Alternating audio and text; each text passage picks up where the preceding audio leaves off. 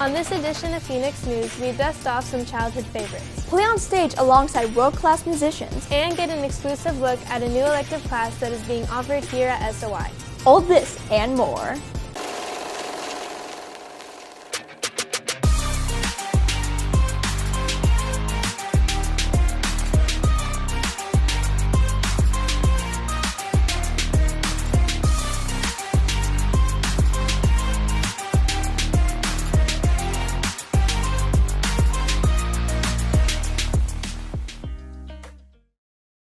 Welcome to Phoenix News. My name is Lily Castrillon. And my name is Chris Krzyzewski-Jones. Already more than a month into the school year, and there's so much that's happened on campus.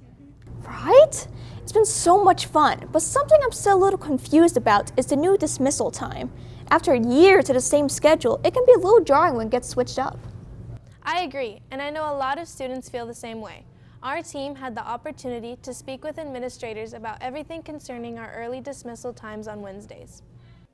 Hey guys, today we're going to be interviewing people on what they think about early dismissal on Wednesdays.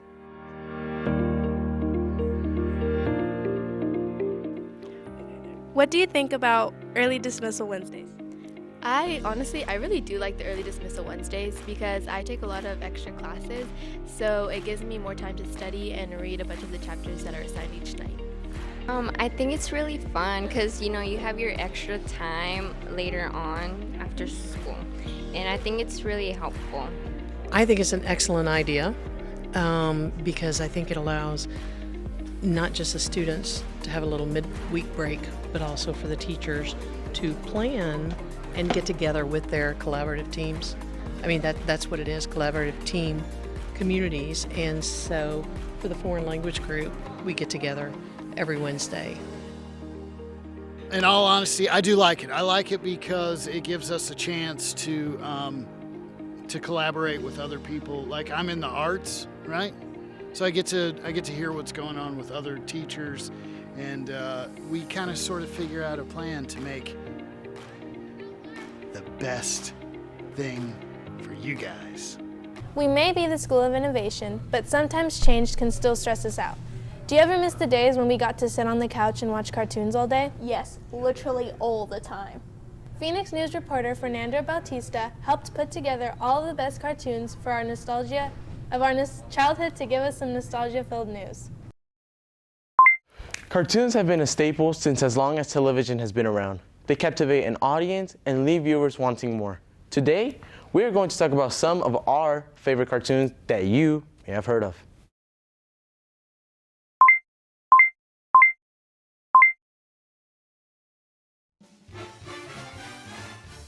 The Fairly Odd Parents portrays an interesting story of a child named Timmy Turner, who was neglected by his parents and abused by his babysitter.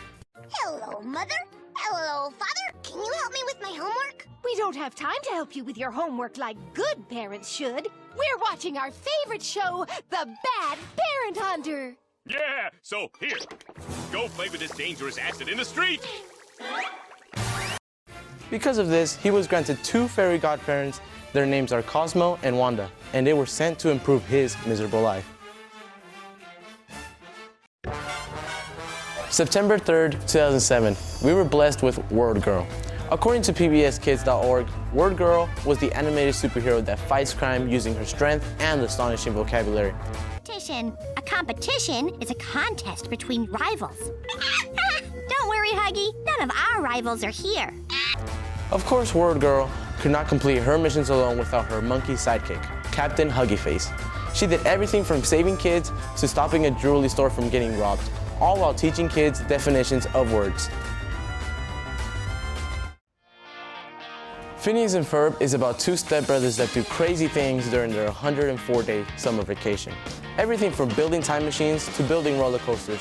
They also filmed their own movies and created an artificial beach in their backyard. Adventure Time follows the adventures of a boy named Finn, the human, and his best friend and adoptive brother Jake, the dog who has magical powers to change shape and size at will.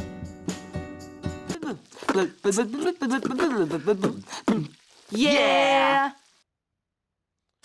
On May 2nd, 2016, the world became louder with the addition of a new Nickelodeon show, The Loud House. The Loud House features an 11-year-old boy named Lincoln Loud. He lives on a house with 10 sisters of varying ages and interests. When Lincoln is faced with problems, he goes to his right-hand man, Clyde, who just so happens to have a crush on Lincoln's older sister. This show takes you into a life of a boy just trying to survive alongside 10 sisters.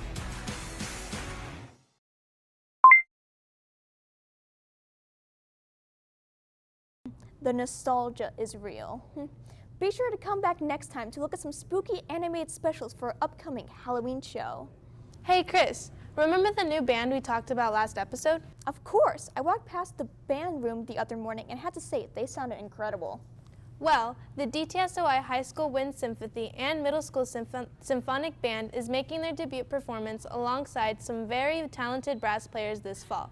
Some of our crew met with the band director, Mr. Van Zant, and a member of the Wind Symphony to talk about this exciting opportunity. October 4th can't come soon enough. Make sure to get your tickets on the DTSOI Music website and support your fellow Phoenix fam. We'll be right back, but stick around for a peek behind the curtains and a reveal of the second influential teacher of the year. The Dallas Brass Band is one of the finest quintets in the world. They have performed for U.S. presidents, played at Carnegie Hall, and all around Europe. Now they're coming to the Pat Ellison Performance Arts Center. We're incredibly excited to have Dallas Brass here. They're an internationally renowned group and they work with student musicians around the country. This is a program that we're doing for the very first time with our high school wind symphony and with our middle school symphonic band. It's the first year that we've had that group as well. And the kids are all abuzz, looking forward to what it's going to be like to play along with them. Not in a while would I have thought that they would have come here. I mean, band program's only been around for 5-6 years at this point. And so I just think it's awesome that they're coming here, that we've grown so fast to where an internationally famous group would have noticed us just like that. So I think it's going to open a lot of doors for our students, and I hope to do something similar to this or even bigger projects going forward. We are all excited to share the stage with the Dallas Brass. Welcome back. Have you noticed all the new electives that are being offered this year at SOI? Kind of. I noticed a few new teachers and some new spaces, but I'm a little out of the loop on the new classes. Well, this year, our Phoenix fam has decided to introduce a new segment called Elective Perspective, which highlights many of the new classes here at DTSOI.